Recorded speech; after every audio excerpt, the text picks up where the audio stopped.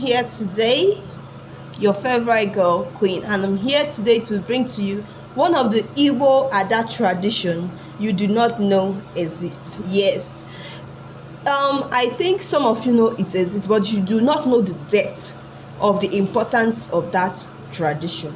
So sit in with me as I take you on a world tour of the beginning and how it's been going and how it's been handled in this recent time and age. In the olden days, Adas are seen more or almost equal as a man. So when Ada dies, whether married or unmarried, she is to be buried in her father's house.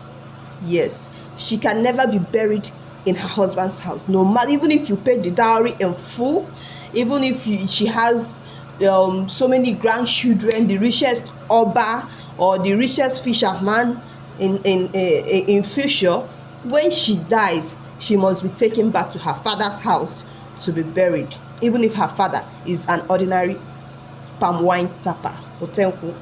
So you dare not neglect this tradition, no matter what. So whenever another dies, it is paramount to take her back to her father's house to be buried.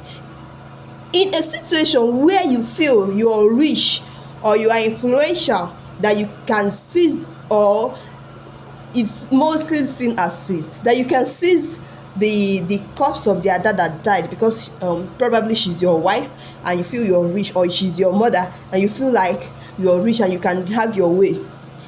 This kind of thing wreaks havoc in families, that things start to happen. The Ada starts to fight. Ada, her spirit starts to fight her own children or husband for not performing that right.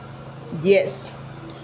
So in the olden days, when an Ada dies and you do not take her back to her father's house for proper burial, it causes a lot of havoc. And in a situation where her father's people do not care about the marital rights or stuff, or they feel like she married to a somebody they feel like is not well to do or something, and they feel like, oh, let's just leave her there, she's dead now, let her husband people bury her, and they do not go to perform this right, to ask for the corpse of their Ada who died, it also wreaks havoc to the father's kingsmen, the kingsmen of the Ada that died.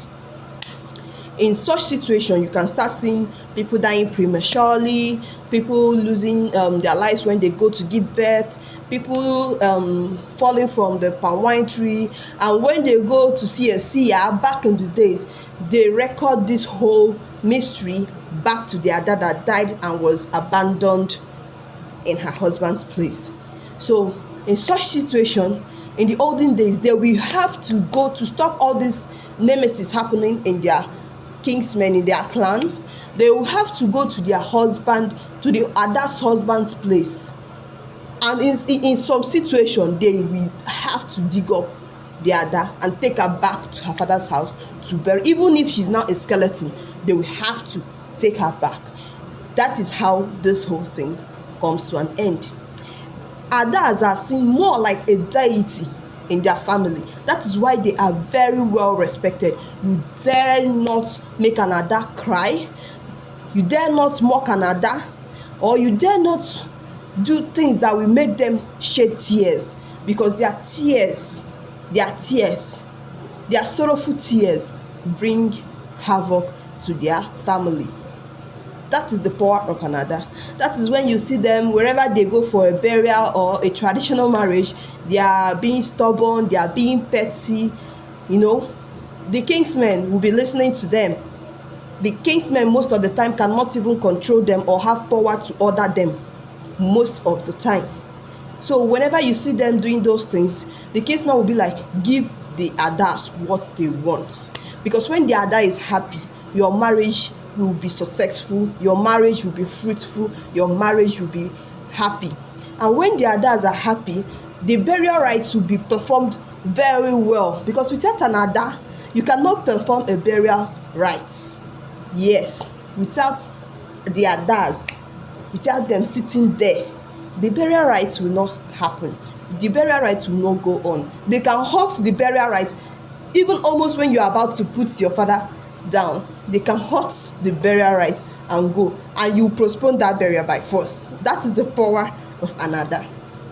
Because of how the power, like, I don't know if this is actually true, you get, but it's obvious that this Ada, the firstborn daughters in Igbo land, they have this deity like aura in them, that whatever they want, it is given to them. So this is one of the Ada tradition you might not know still exists. Back in the days, they used to they used to do these burial rites of taking Ada back to her father's house very easily. But now the world has evolved, and people now marry far away to find love. So how they now do it now that people now marry out of their tribe and out of the country, is that when their dad dies, the king's men bring out two able-bodied men and one elder amongst their clan, or as many as they can afford to transport or fly out, depending, you get. That person will go to that burial and do a burial rite that is called Ijolo, or like evoking her spirit back to follow them. So when they come there, they will perform this burial rite and ask the Ada, follow us, let's go home for your main burial. And when they perform this burial rite and with everything they came for with the ritual, after they must have performed the burial rite, the husband's family can go ahead and bury the Ada in their own compound. You get? So when the kingsmen of the Ada that died, that came to perform the burial rites, before they gave the permission to the husband to bury the Ada, after they must have done their ritual, when they get home, they still do the burial rites, though it might not be as massive as they did in the husband's house, but they will do the burial rites and bury the Ada in her father's house. It is still done till today. You cannot bury an Ada outside of her father's house. Adas have rights in their father's house, yes, even after death.